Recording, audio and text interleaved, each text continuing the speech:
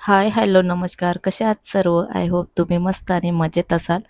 तर सगळ्यांना सगळ्यात आधी श्री स्वामी समर्थ. तर स्वागत आहे आपलं नवीन एका ब्लॉगमध्ये. तर गावावरनं आली मी नेमकी आणि गावावरनं आल्यानंतर डायरेक्ट ब्लॉगला सुरुवात केली. कारण की घराची अशी अवस्था होती, तर चला म्हटलं तुमच्याबरोबर क्लिनिंगचा जो ब्लॉग आहे तो शेअर करावा. कारण की मी आता गावावरनं खूप सारा भाजीपाला घेऊन आली आणि तो स्टोअर करणं फार गरजेचं होतं. तर थोडंसं फ्रीज पण क्लिनिंग करून घेऊ म्हटलं. पहिलेचा काही जो भाजीपाला होता फ्रीजमध्ये तो काढून टाकणं गरजेचं होतं. कारण की तो खराब झाला होता. म्हटलं तर ठेवून पण उपयोग नाही. तो पहिलेचा भाजीपाला मी थोडासा काढून टाकला. जास्त काही नव्हता. 1-2च भाज्या उरलेल्या होत्या, पण त्या पण खराब झाल्या. त्याच्यामध्ये कोबी जास्त उरले, तर कोबी डायरेक्टली पूर्ण काळा पडून गेला. तर मग म्हटलं सगळं काढून टाकूया. वरच्यावरती थोडासा फ्रीजला हात पण मारूया आणि सगळा जो भाजीपाला आहे तर तो आपण फ्रीजमध्ये कंटेनर्स जे आहेत ते पॅक करून ठेवूया. पण गावावरनं आणताना खूप जास्त भाजीपाला घेऊन आली. कमीत कमी महिनाभर तरी तो भाजीपाला पुरेल दोघांना. कारण की गावाकडे भाजीपाला खूप स्वस्त असतो आठवडे बाजारमध्ये. तर मी नेमकी मम्मीकडे गेलेली होती आणि ह्या वेळेस बाजार म्हणजे खूप स्वस्त होता. म्हणजे 10 रुपयाला अर्धा किलो वगैरे असं खूप स्वस्त होतं. तर मम्मीचं काय असतं, हा मग नाशिकला जास्त महाग भेटतं, मग इथनंच घेऊन जा, इथनंच घेऊन जाय. त्यामुळे म्हटलं चला आता इथनंच भाजीपाला घेऊन जाऊया. तर पूर्ण बाजार वगैरे करून दिला आणि बऱ्यापैकी सगळ्या भाजीपाला मला मिळाला. म्हणजे जे जे पाहिजे होतं ते मिळालं. काही गोष्टी होत्या पण मी काही घेतल्या नाही त्यामध्ये. ज्या ज्या महाग होत्या म्हणजे जे कंपॅरेटिव्हली इथे आणि तिथे ज्या सेम असतील त्या काही मी आणल्या नाही. कारण की एवढं ओझं पण आणायचं होतं. आणि नेमकं काय झालं, मी बसने गेलेली होती. अक्षय तृतीयाच्या दिवशी मला मम्मीचा सकाळीच फोन आला. म्हणजे त्याच्या आधीपासूनच मला मम्मी बोलत होती की ये इकडे, ये इकडे. मी थोडंसं कंटाळत तुला जायचं म्हटलं, खूप ऊन आहे. त्याच्यामुळे मी जाण्याचा माझा काही प्लॅन नव्हता. पण मग त्यांनी खूपच रिक्वेस्ट केली. ते खूपच हे करत होते की ये शौर्यला पण भेटायचंय, शौर्याची खत लागली की शौर्याची आठवण येते, बाळाला भेटायचं, ये. मग त्यांना जमत नव्हतं कारण शेतीची मम्मीची कामं चालले आहेत. त्यामुळे मम्मीला येणं पॉसिबल नव्हतं आणि वहिनीच्या पण कॉलेजमध्ये नेमकं एक्झाम चालू आहे. त्याच्यामुळे वहिनीलाही पॉसिबल नव्हतं. त्यांनी खूपच रिक्वेस्ट केली, ये. त्यामुळे म्हटलं चला जाऊ, एवढ्या रावण्या करतायत. तर मग मी गेली. आणि मग 2-3 दिवस तिथे राहण्याचा, 2च दिवस राहायचा प्लॅन होता. पण मग ते ना काही चालूच असतं. तर नेमकं तिकडे गेल्यानंतर माझं पोट दुखायला लागलं. तर मग 3 दिवस माझ्या दवाखान्यातच जाण्यातच गेले. तिकडे मग हे नेमकं पोट तर सासरी गेली तर तेव्हा खूप जास्त काम करण्यात आलं. त्यामुळे थोडंसं पोटाला हे झालंच होतं. पण त्याचं रिॲक्शन माहेरी जाऊन झालं. तिकडे जास्त दुखायला लागलं. सासरचा थकवा माहेरी निघाला. नेहमीप्रमाणे असंच झालं. तर मग तिकडे खूप गेल्यानंतर खूप पोट दुखत होतं. मग 2-3 दिवस माझे तिकडे असे लांबले. नाही तर मग माझं 2च दिवस जायचा प्लॅन होता. म्हटलं लगेच जाऊ आणि लगेच येऊया.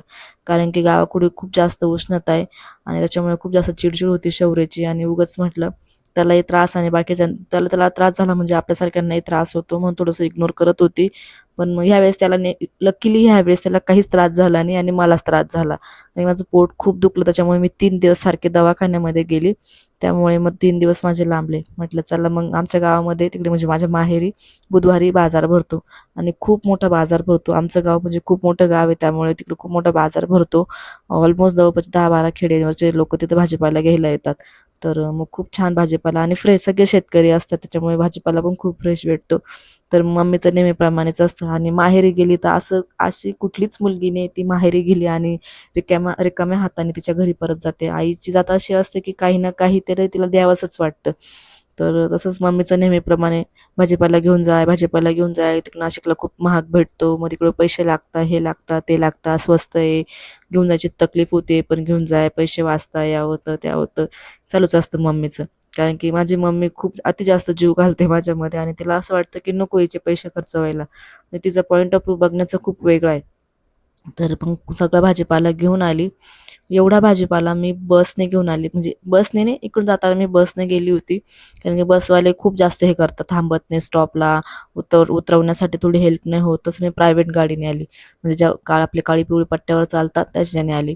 ते ते तरी बिचारे थोडे भाडं जास्त घेतात, पण मग आपलं सामान व्यवस्थित ठेवून उतरून थोडंसं आपल्याला हेल्प होते. तर भाडं थोडंसं जास्त जातं कंपॅरेटिव्हली बसपेक्षा. जास्त काही फरक नाही पडला. एक ₹50चा फरक पडला फक्त भाड्यामध्ये. पण मग रिलॅक्समध्ये आली. कारण की तिकडून ह्याचं बसण्यासाठी शौर्यला तो अर्धा गोल असतो की बसण्यासाठी पाठीला सपोर्ट मिळतो, म्हणजे जेणेकरून बाळ पडत वगैरे नाही खाली. ते पण आणायचं होतं, मग ते पण घेऊन आली. आणि असं थोडंसं सामान पण होतं, कपड्यांची बॅग, तो थोडंसं मग त्याच्यामुळे मी काळी पिवळीने येण्याचाच विचार केला बसऐवजी. भाडं जातं पण मग टेन्शन नाही राहते थोडेसे उतरव चढण्यासाठी. आणि नेमकी आमच्याच गावातली एक जी गाडी आहे ती येत असते सकाळीच मॉर्निंगला 7 वाजताच.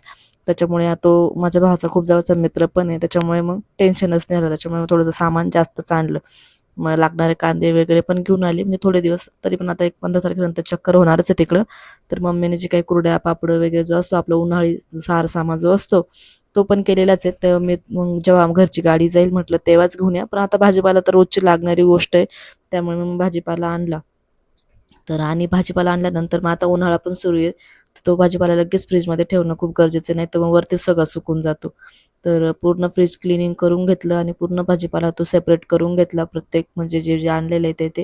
आणि माझ्याकडे तुम्ही आता बऱ्याच व्हिडिओमध्ये तुम्ही बघितलं असेल, माझ्याकडे ते फ्रीजचे कंटेनर आहेत, त्याच्यामध्ये एक एक भाजीपाला मी स्टोअर करून ठेवते, जेणेकरून सोपं पण जातं घेण्यासाठी आणि सुटसुटीत पण दिसतं आणि छान पण दिसतं आणि भाजीपाला पण थोडं जास्त दिवस टिकतो.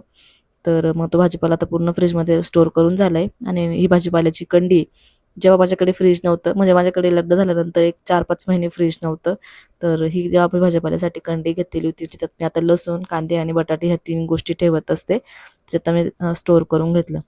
आणि चला म्हटलं एक्स्ट्राचे काही डाळ आणि तांदूळ होते त्याच्यात आता कंटेनरमध्ये भरलेले होते, तर बरण्या पण रिकाम्या झाल्या होत्या. म्हटलं हे पण थोडंसं भरून घ्या, थोडंसं काम करतेच म्हटलं, मग थोडंसं हे पण काम करून घेऊया. तर मग ते करून घेतलं. मसूर आणलेले होते, कारण की मी मसूर खिचडी करण्यासाठी मसूर पण होते, ते पण मी डब्यामध्ये भरून घेतले. लसूण खूप जास्त आणला आणि लसूण इतका छान होता की मग थोडंसं जास्तच घेऊन आले, कारण की लसूण लागतो जास्त वापरायला.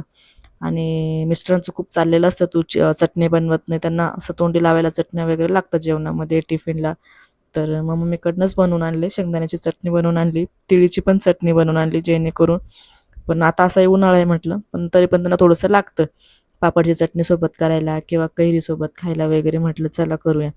आणि नेमकं काय झालं, मम्मीने माझ्या मिस्टरांना तिथल्या गावातला जो बाजारातला तो खाऊ असतो भत्ता, तो खूप जास्त आवडतो. त्याच्यासाठी मग तो भत्ता आणण्यासाठी मी तो जवळपास 50 रुपयाचा भत्ता घेतला, मम्मीने घेऊन दिला.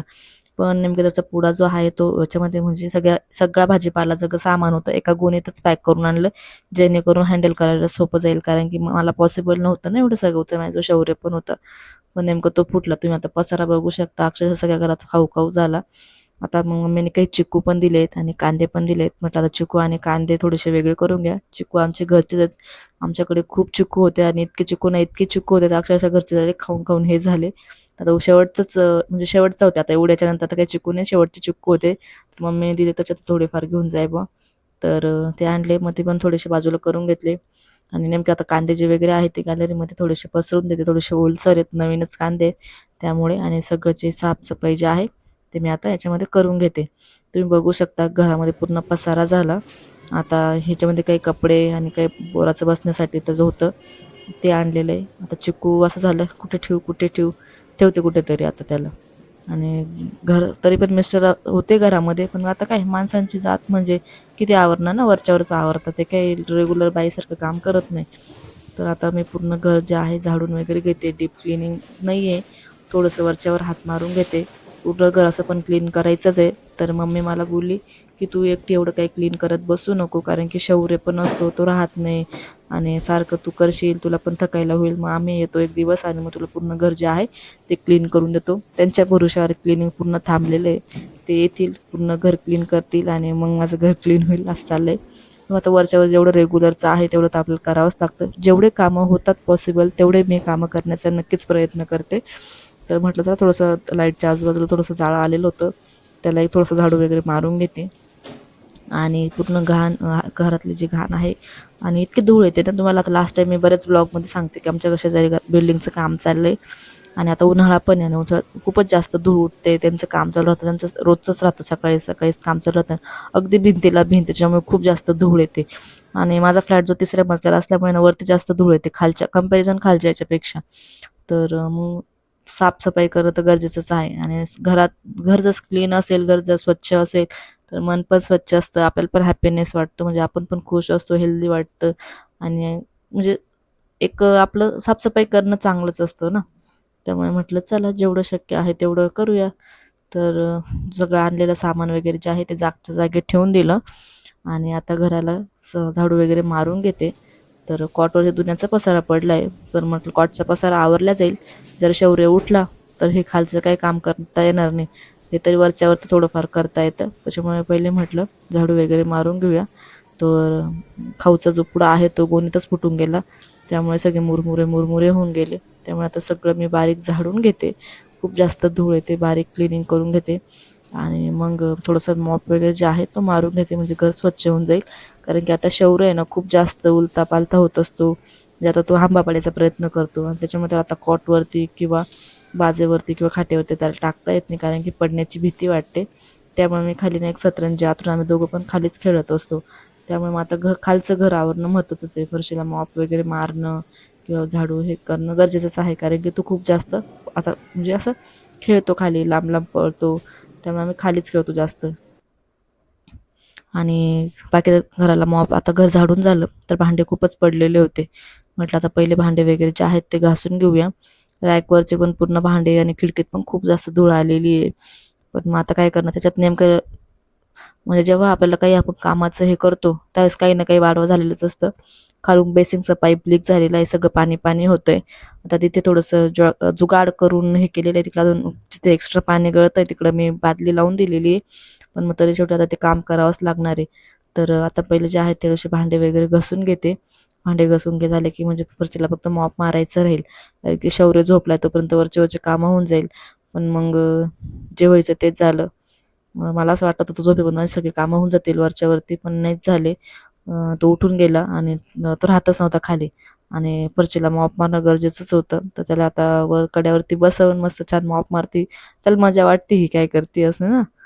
तर त्याची आणि असं लेकरांचे हाल होता, पण काय पोरं बी ऐकत नाही आणि घरात दुसरं कोणी सांभाळायला नसल्यामुळे आपलं काम आपल्यालाच करावं लागतं. तर अशा प्रकारे घराला जो आहे तो मी मॉप वगैरे मारून घेतलाय. असं आहे आपल्या घराची क्लिनिंग झालेली आहे. आणि आता इथून पुढे मी जे ब्लॉग आहे ते रेग्युलर टाकण्याचा नक्कीच प्रयत्न करणार आहे. तर चॅनलला सबस्क्राईब करा आणि माझ्या फॅमिलीचा भाग व्हा. सपोर्ट करा. तुमच्या सपोर्टने मी जर सपोर्ट केला तर मला ब्लॉग बनवण्याची अजून इच्छा होईल आणि अजून अजून मी ब्लॉग बनवण्याचा प्रयत्न करेल.